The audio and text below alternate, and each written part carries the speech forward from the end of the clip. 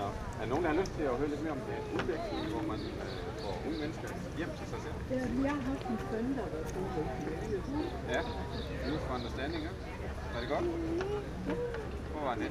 Dagens læsning af Asger Jorn er taget fra bogen Magi og skønne kunster fra 1948. Kunst er og kan under ingen omstændigheder karakteriseres som andet end agitation. Det stik modsatte af videnskabelig objektivitet. Hvad er agitation?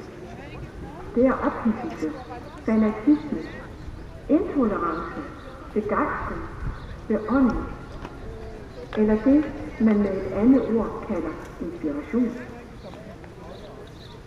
At bilde folk ind, at kunst under nogle omstændigheder kan være andet, er blot svindel og bedrag. Og at bilde kunstnerne ind, at det kan være andet, er blot et middel til at ødelægge og lamme de kunstneriske resultater. At være begejstret vil sige at nyde noget.